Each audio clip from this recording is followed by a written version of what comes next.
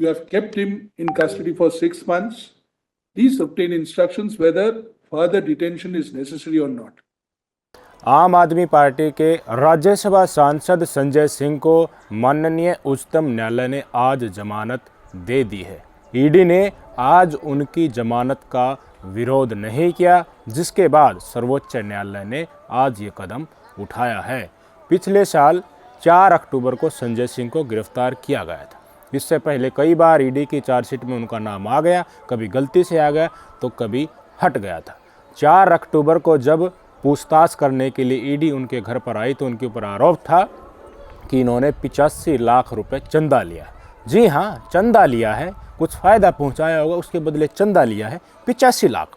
500, 1000, 8000, 7000, 12000 करोड़, 10,000 करोड़ चंदा लेने वालों का कुछ नहीं होता है। लेकिन संजय सिंह के ऊपर आरोप था कि इन्होंने 85 लाख रुपए चंदा लिया है, जिसके चलते ईडी इनके घर पर पूछताछ करने के लिए पहुंची।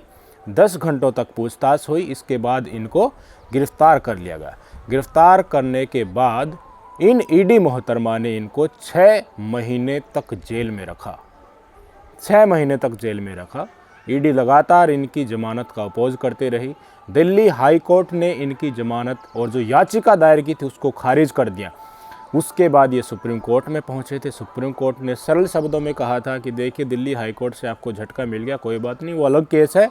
आप जमानत के लिए, अपनी सुनवाई के लिए हमारे पास आप पेटिशन लगाइए। उसकी सुनवाई हुई थी और आज ईडी और सुप्रीम कोर्ट की सुनवाई के तहत हमारे उच्चतम न्यायालय ने राज्यसभा सांसद संजय सिंह को 6 महीने जेल में रहने के बाद जमानत दे दी।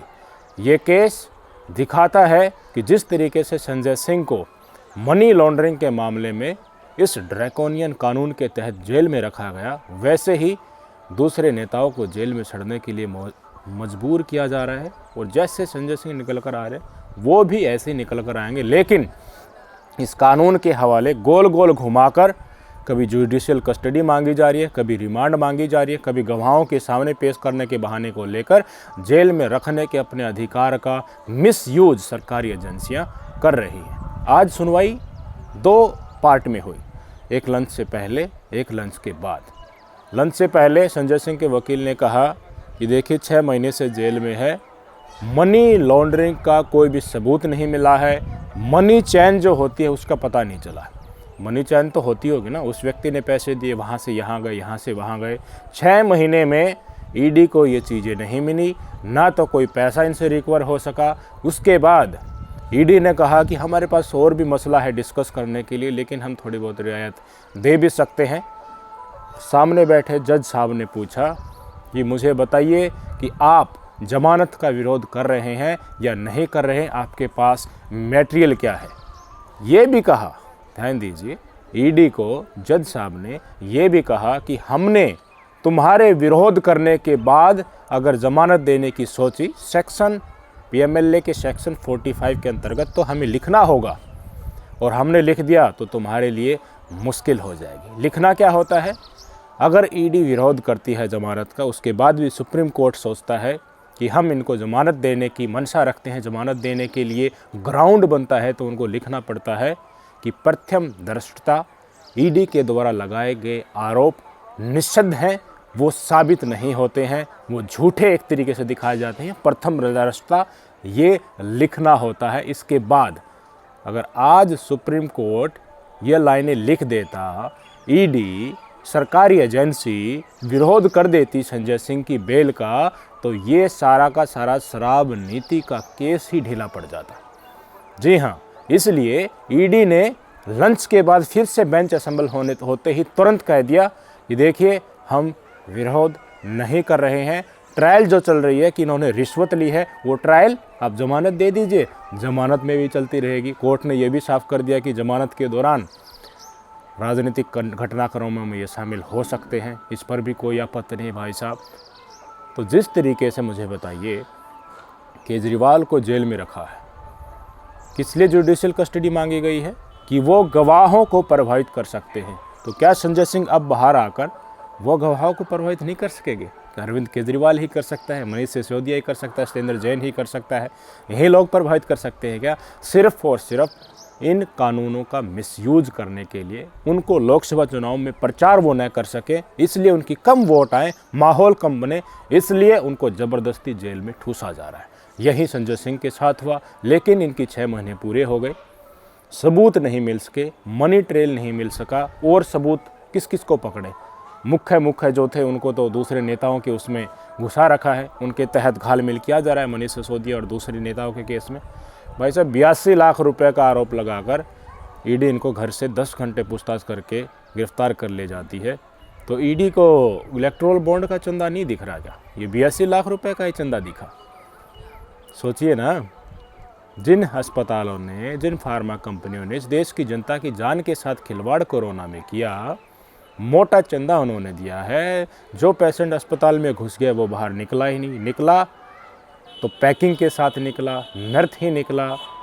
जिस कंपनी का बजट 2-2.5 करोड़ का है, वो 50-50, 100-100 करोड़ का चंदा कैसे दे रही है? एक ही पार्टी को मल्टीपल टाइम्स में चंदा कैसे दे रही है? इधर से ईडी की रेड पड़ती है, उधर से चंदा निकलता है, इधर से चंदा आता है, उधर से धंधा पेश कर दिया जाता है। बड़ी बड़ी कंपनियां जिनको सालों का, कई सैकड़ों सालों का अनुभव है, उनको कॉन्ट्रैक्ट न देकर नई नई कंपनियों को कॉन्ट्रैक्ट दिया जा रहा है। वहीं पार्टियां बीजेपी को चंदा दे रहे। क्या ईडी को ये लाखों करोड़ों का खेल समझ में नहीं आ रहा क्या? सिर्फ 82 लाख रुपए ही दिख गए, 14-15 लाख महुआ मोइत्रा के दिख गए। विपक्ष का इनको अगर 10-5 रुपये भी दिखते हैं ना, उसके ऊपर भी विपक्ष के नेताओं को गिरफ्तार करके अपनी जागरूक कितनी है जांच एजेंसियां वो दिखाने की कोशिश करते हैं। किसके आदेश पर होता होगा आप खुद समझ सकते हैं। ईडी आज सुप्रीम कोर्ट में पूरी तरीके से बेनकाब हो गई है, पूरी तरीके से बेनकाब हो गई है।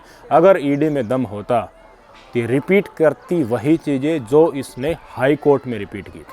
हाई कोर्ट में भी संजय सिंह ने याचिका जमानत के लिए दायर की थी। उसमें पता ईडी ने क्या कहा था? ईडी ने कहा था कि भाई साहब, इन्होंने शराब नीति में जो पैसे मिले थे, चंदे के तहत मिले हो या फिर व्यापारियों से लूट खसुट कर लिए हों या फिर आपस में जो बातचीत हुई थी उसके तहत लिए हैं, उन पैसों को इन्होंने छिपाया, स्टोर किया, ट्रांसफ़र किया और उनको यूज किया। ये आरोप ईडी ने दिल्ली हाई कोर्ट में लगाए थे और दिल्ली हाई कोर्ट ने संजय सिंह को इस ईडी की इस दलील के ऊपर जमानत नहीं दी थी। उसके बाद मामला सुप्रीम कोर्ट में आया था। तो यहाँ क्या होगा? यहाँ पर भी यही बात कह देते, 6 महीने हो गए, तुम्हें कोई चेन ही नहीं मिली, तुम्हें पैसे ही नहीं मिले, उसको अंदर और ज़्यादा रख नहीं सकने के लिए तुम्हारे पास सबूत नहीं है।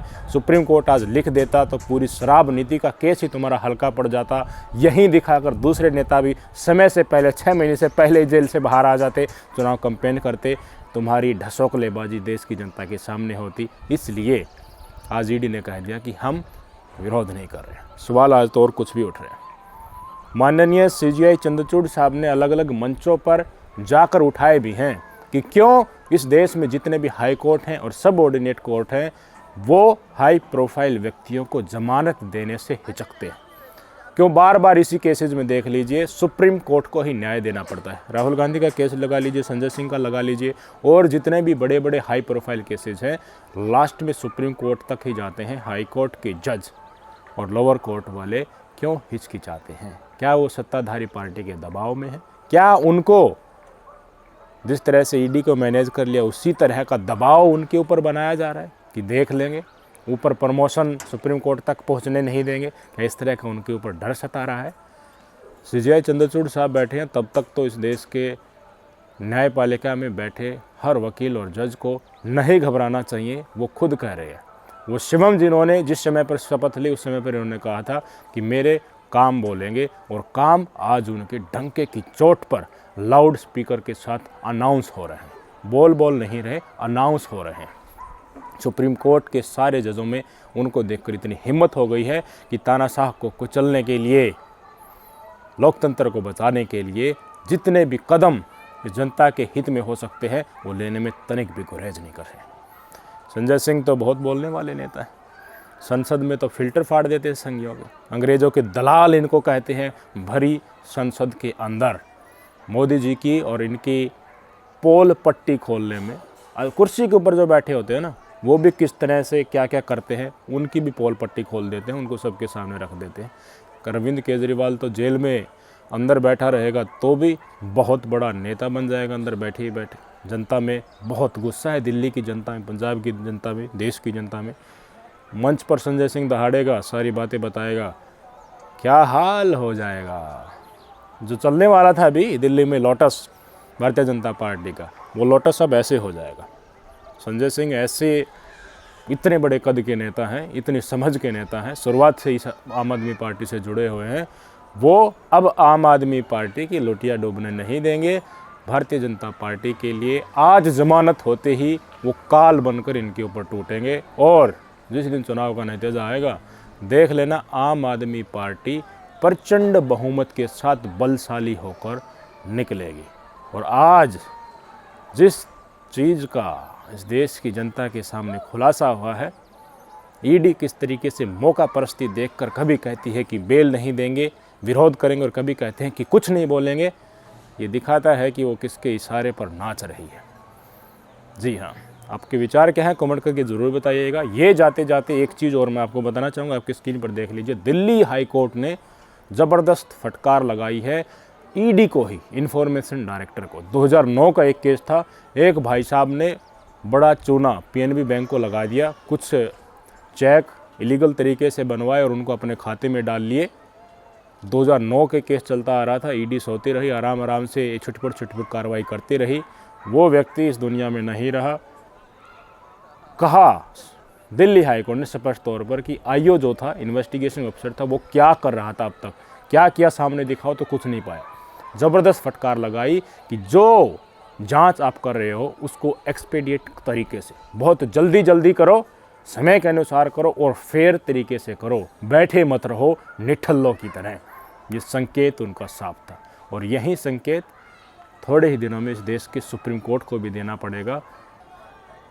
आएगा, इस कानून में बदलाव ज़रूर आएगा। इसके जरिए अपनी तानाशाही दिखाने की ये कोशिश कर रहे हैं, चुनाव के समय पर अपनी ओछी हरकत, मानसिकता दिखाने की इनकी तत्परता है, वो देश की जनता के सामने भी आ चुकी है। और इस देश का सुप्रीम कोर्ट भी, उच्चतम न्यायालय भी, और उस पर बैठे जज भी देख रहे हैं कि किस तरीके से इन कानूनों का गलत इस्तेमाल हो रहा है। पेटिशन डलने दो, जल्द ही पेटिशन भी डल जाएगी और इनकी ये हेकड़ी भी निकल जाएगी, जिसके जरिए ये पूरे विपक्ष को नचाने की कोशिश कर रहे हैं। समय आएगा, ज़रूर आएगा, पॉजिटिव आएगा, लोकतंत्र उभरेगा, सकारात्मक दिशा में निर्णय लिए जाने निश्चित हैं। लोकतंत्र के हनन करने वाले हाथ जोड़कर इसी न्यायालय की छतरी के नीचे अपनी नाक न रगड़ें, तो बता देना, समय आएगा। नमस्कार।